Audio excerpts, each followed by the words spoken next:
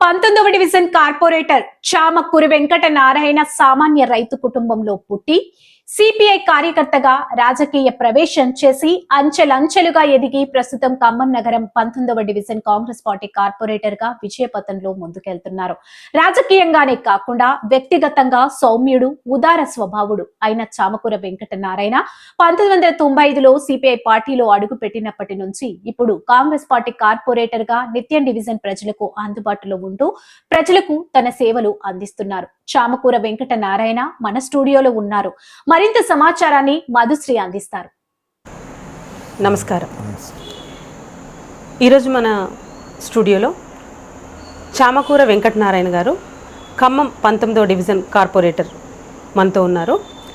వారిని అడిగి వారి అనుభవాలను మనతో పంచుకోవడానికి మాట్లాడుకుందాం. నమస్తే సార్. నమస్తే సార్, మీరు ఒక సామాన్య కార్యకర్తగా సిపిఐ పార్టీలో పనిచేసి అంచెలంచెలుగా ఎదిగి ఈరోజు ప్రస్తుత కార్పొరేటర్గా 19వ డివిజన్కి పనిచేస్తున్నారు ఖమ్మం నగరంలో. మీ అనుభవాలను చెప్పండి సార్. వాస్తవంగా అంటే సిపిఐ పార్టీలో కొన్ని రోజుల పాటు కార్యకర్తగా పనిచేసినాక తర్వాత నాకు కార్పొరేటర్గా అవకాశం వచ్చినాక సిపిఐ పార్టీ గుర్తింపు ఇచ్చేసి నాకు టికెట్ ఇవ్వటం జరిగింది. దాని మూలంగా ప్రజలు కూడా నన్ను ఎన్నుకోవటం జరిగింది. ఆ ఎన్నుకోవటంలో ఏదైతే నన్ను ఎన్నుకున్న ప్రజలకి, మనం నమ్ముకున్న ప్రజలకు పనిచేయటం కోసం అన్ని రకాలకు కూడా నేను ప్రజల వెంట ఉండి ఎప్పటికప్పుడు ప్రజల సమస్యలు తెలుసుకొని ఆ ప్రజల సమస్యల ప్రకారంగా నేను పనిచేయటం జరిగింది. కొన్ని రోజుల తర్వాత నాకున్న దాని ప్రకారంగా, సిపిఐ పార్టీలో ఉన్నదాని ప్రకారంగా కొన్ని రోజుల పాటు ప్రజలు ఏదైతే కోరుకున్నారో ఆ ప్రజల ప్రకారంగా కొంత మట్టికి నేను పనిచేయటం జరిగింది. తర్వాత మళ్ళీ ఏదైతే గవర్నమెంట్ మారినాక నేను నన్ను నమ్ముకున్న ప్రజలకి, ఏదైతే నన్ను నమ్ముకున్న ప్రజలకి నేను న్యాయం చేయటం కోసం అదే నేను మళ్ళీ పార్టీ మారేసి కాంగ్రెస్ పార్టీలకు వచ్చినాక కాంగ్రెస్ పార్టీ కూడా నన్ను గుర్తించి నాకు ఈరోజు 19వ డివిజన్లో మంచిగా గుర్తుగా నాకు ఫండ్స్ కూడా ఇవ్వటం జరిగింది. అది పబ్లిక్ కోరుకున్న ప్రకారంగా ఆ సీసీ రోడ్లు కానివ్వండి, డ్రైనేజీలు కానివ్వండి చాలా మట్టికి నేను కవర్ చేశాను.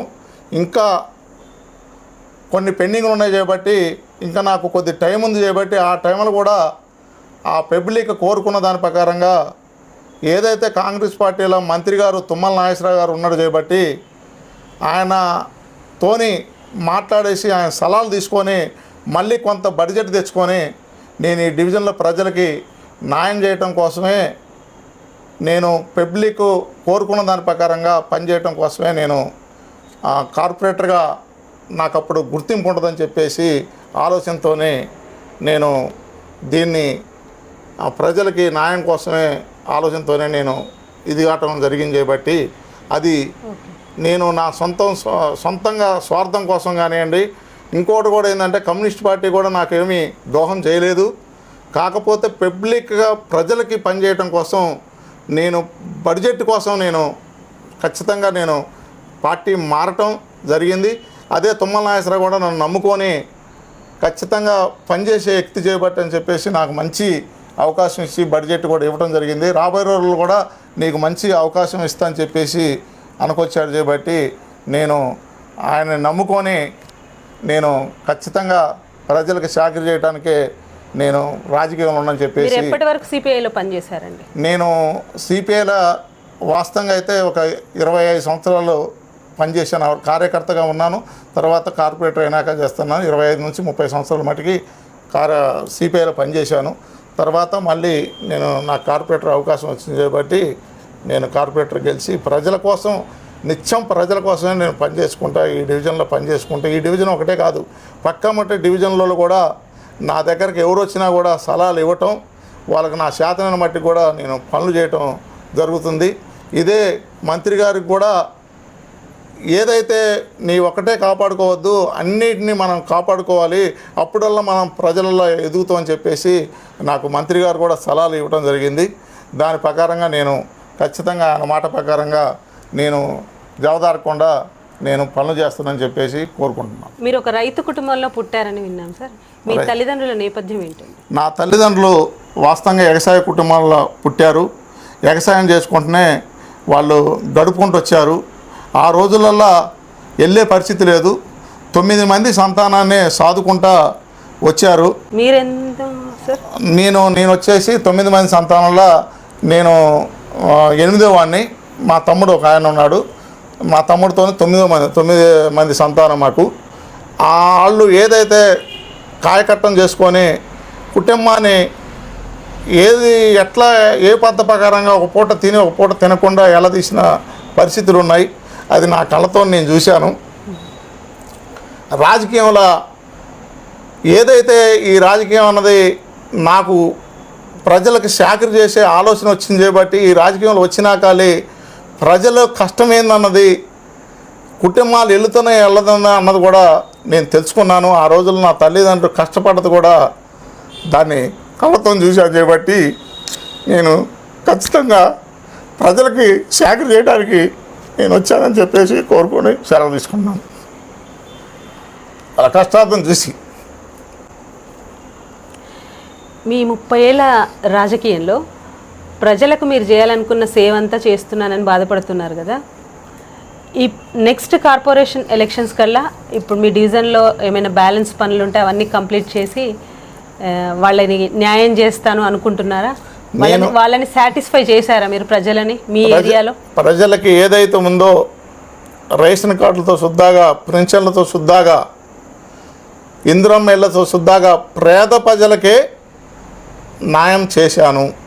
పేద ప్రజలకే ఎక్కడ కూడా అన్యాయం చేసే పరిస్థితి లేకుండా ఖచ్చితంగా పేద ప్రజల కోసమే మనం పుట్టాము. పేద ప్రజలకు చాకరీ చేయడానికి మనం ఉన్నాము.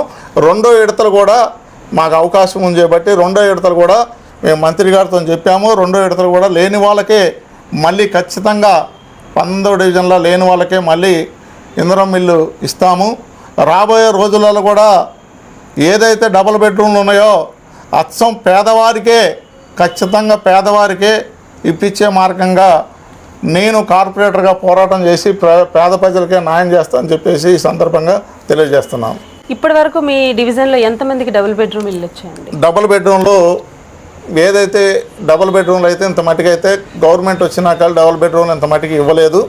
ఇందిరమ్మ ఇల్లు ఇచ్చారు. నా డివిజన్లో 50 ఇల్లు పేద ప్రజలకి మేము 50 ఇల్లు ఇవ్వటం జరిగింది. మొత్తం వచ్చేసి 97 ఇల్లు వచ్చినాయి. 97 ఇళ్ళల్లో 2వ విడతల 47 పెండింగ్లు ఉన్నాయి. 47 కూడా 2వ విడతలు కూడా పేద ప్రజలకే మళ్ళీ 2వ విడతలు కూడా న్యాయం చేస్తామని చెప్పేసి కోరుకుంటున్నాను. అయితే ఇప్పుడు 2021లో కార్పొరేషన్ ఎలక్షన్స్ అయ్యాయి కదా. అవునమ్మా. అప్పుడు డబుల్ బెడ్రూమ్ ఇళ్ళ సంక్షేమం ఉంది కదా.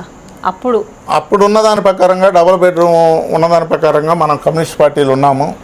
టీఆర్ఎస్ పార్టీ గవర్నమెంట్ ఉన్నది. దాని ప్రకారంగా మనకి అవకాశం డబుల్ బెడ్రూమ్లు ఇవ్వలేదు. ఈ డివిజన్కి అసలు శాంక్షన్ అవ్వలేదు. శాంక్షన్ అయినాయి, అది శాంక్షన్ అయినాయి కానీ అది టీఆర్ఎస్ పార్టీ వాళ్ళకి ఒక 2-3 ఏదో ఇచ్చి ఈయనట్టు ఇచ్చేసారు. ఒక 3-4 ఇల్లు వచ్చినని చెప్పేసి చెప్పడం జరిగింది. కానీ మనం ఎంత మట్టి పోరాటం చేసినా కూడా ఆ పోరాటం ప్రకారంగా మనం కూడా పెట్టినప్పుడు లాస్ట్కి వచ్చినాక ఎలక్షన్లు వచ్చేసి మళ్ళీ దీని ప్రకారం గవర్నమెంట్ మారటం జరిగింది.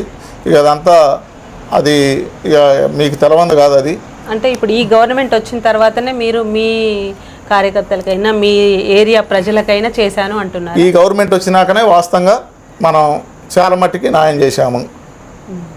ఎక్కడ రేషన్ కార్డులు కానివ్వండి, పెన్షన్లు కానివ్వండి, ఇవేదైతే ప్రజలకి కళ్యాణ లక్ష్యం కానివ్వండి. కొత్త పెన్షన్స్ రాలేదు కదా సార్? కొత్త పెన్షన్లు మనం ఫస్ట్లో నేను గెలిచినాక కొద్ది రోజుల తర్వాత మనకి కొత్త పెన్షన్లు వచ్చినాయి మేడం.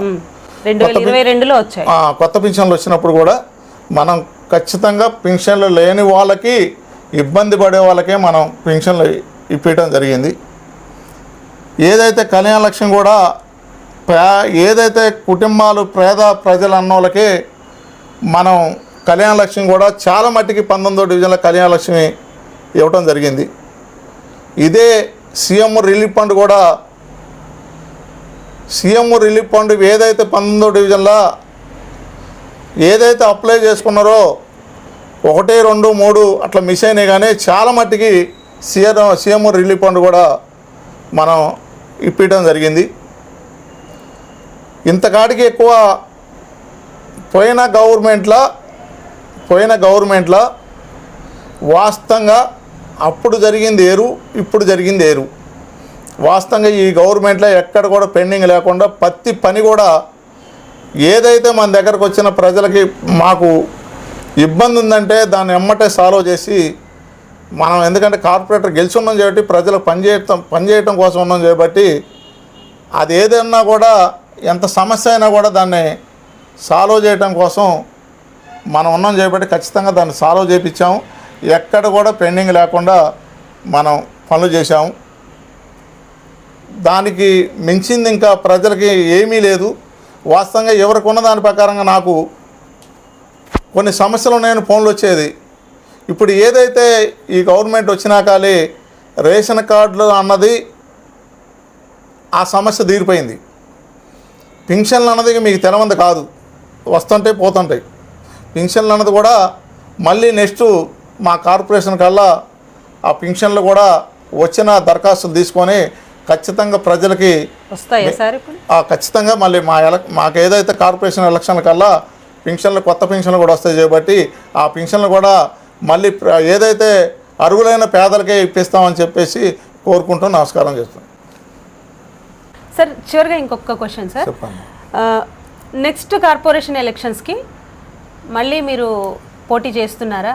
పోటీ చేస్తే ఇంతకుముందు మిమ్మల్ని ఇప్పుడు ఎలాగైతే ప్రజలు ఆదరిస్తున్నారో అలాగే మిమ్మల్ని అభిమానిస్తారా?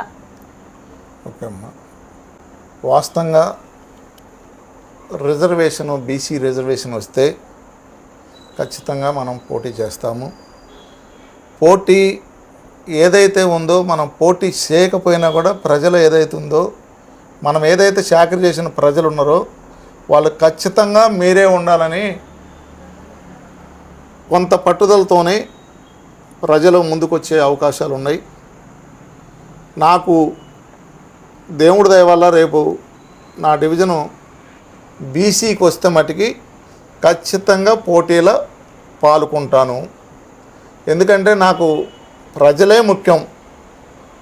ప్రజల్లో కోరుకున్నది నేను చేసే బాధ్యత నాకు ఉంది చేయబట్టి, ప్రజలకి పనిచేసే వ్యక్తిని చేయబట్టి, వాళ్ళు కూడా నన్ను కోరుకుంటున్నారు చేయబట్టి ఖచ్చితంగా నేను బీసీ రిజర్వేషన్ వస్తే మట్టి ఖచ్చితంగా పోటీలో 19వ డివిజన్లో పోటీ చేస్తానని చెప్పేసి కోరుకుంటూ సెలవు తీసుకుంటాను. ధన్యవాదాలు సార్.